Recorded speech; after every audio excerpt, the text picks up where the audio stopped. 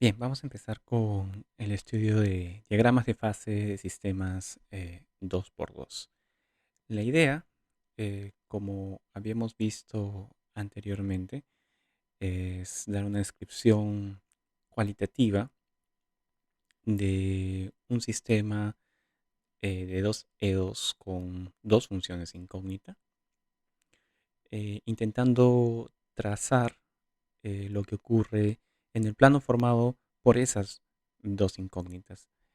En el caso de precio-inventario que habíamos visto anteriormente, ¿no? Resolvimos este problema de precio-inventario. Vimos que había una relación directa entre el comportamiento de las ah, soluciones a un problema de valor inicial, ¿no? Condiciones iniciales y ecuación diferencial o sistema de ecuaciones diferenciales. Y este gráfico en el plano precio-inventario, ¿no? Esas eran las incógnitas.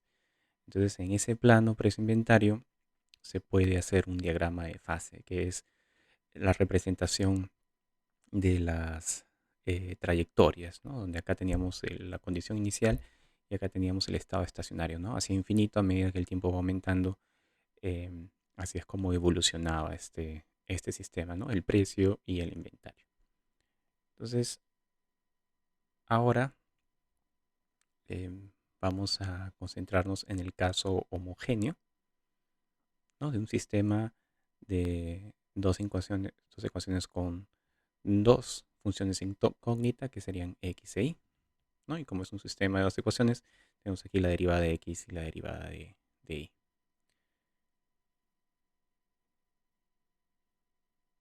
Bien, entonces matricialmente lo podemos escribir de esta forma con una matriz de coeficientes justamente de orden 2x2.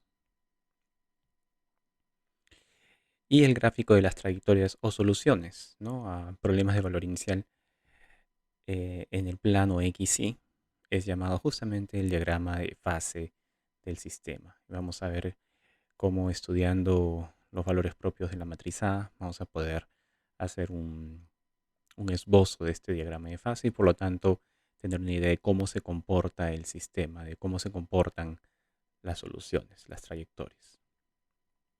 Primero es bueno notar de que el origen siempre es el estado estacionario, la singularidad, ¿no? Cuando hablamos de sistemas, usualmente preferimos usar la palabra singularidad. Entonces, es la singularidad del sistema. ¿Por qué? Porque en este caso, el estado estacionario sería un vector de dos componentes 0, 0. Y claramente, si este es un vector constante, la derivada respecto del tiempo de este vector constante será pues otra vez el vector nulo, ¿no? Como no depende del tiempo, su derivada es nula. Y es exactamente lo que obtenemos si a la matriz A la multiplicamos por el vector nulo. ¿Bien? Entonces, uniendo extremos, tenemos que se satisface el sistema homogéneo, ¿no? Y por lo tanto, eh, este estado estacionario es una solución constante. Bien, y eso es porque el sistema es homogéneo, por si acaso. Sistema homogéneo. En el caso del precio inventario, el estado estacionario no estaba en el origen porque era un sistema no homogéneo, ¿no? Entonces estaba trasladado a otro punto del estado estacionario. Bien, el diagrama de fase va a depender entonces de los valores y de los vectores propios de esta matriz de coeficientes A. Y para empezar a estudiar la forma en que va a depender, debemos empezar tratando de clasificar qué tipo de singularidad vamos a tener, cómo va a ser el comportamiento alrededor de la singularidad, dependiendo de la naturaleza de los valores propios, ¿no? Los valores propios pueden ser números reales, pueden tener signos, pueden ser números complejos. Entonces todo empieza de primero analizar el polinomio característico. Este polinomio característico que ya vimos antes tiene raíces alfa 1 y alfa 2, ¿no? Todo polinomio cuadrático siempre tiene dos raíces, es el teorema fundamental del álgebra. Y en base a esas dos raíces vamos a tratar de clasificar los tipos de diagramas de fase. Entonces, para eso también ayuda bastante tener el discriminante de este polinomio cuadrático. Y en este caso el discriminante es traza al cuadrado menos 4 veces el determinante. ¿Bien? Ese es el discriminante del sistema. Bien, y este discriminante nos determina el tipo y número de raíces.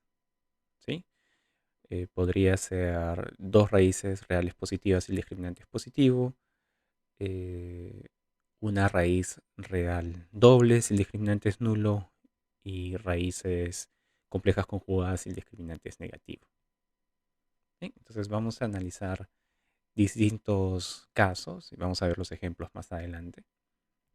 Pero en general podemos clasificarlas en términos del signo del discriminante. Si el discriminante es positivo, entonces eso significa que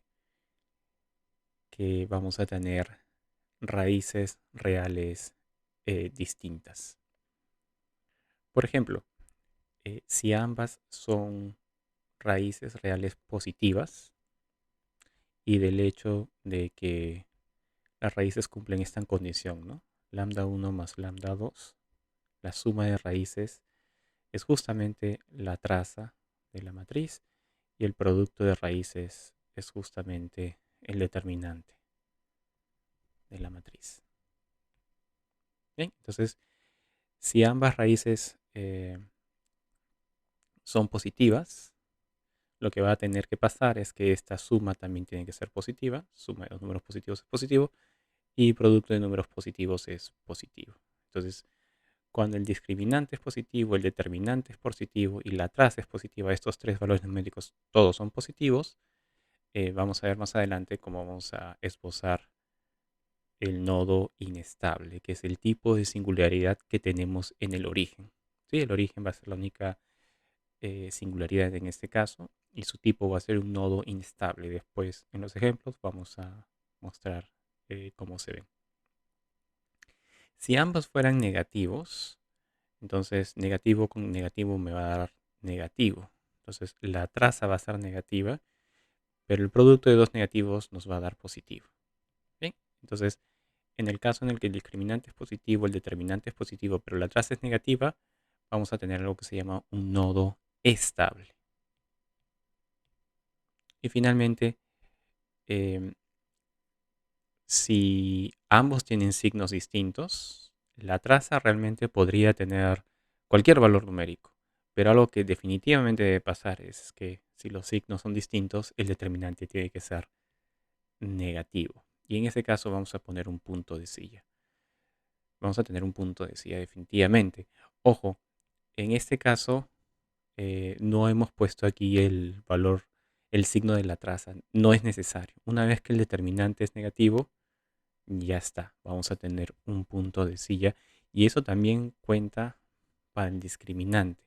Es imposible que el discriminante sea de otra forma. Y veámoslo en este caso, ¿no? Si los valores propios son reales, si fuesen reales, el discriminante es positivo, ¿no? Em, y bueno, si son de signos opuestos, obviamente el determinante es negativo. Pero ¿qué pasaría si el discriminante fuese negativo? Entonces acá como una pequeña observación. Ojo, ojo.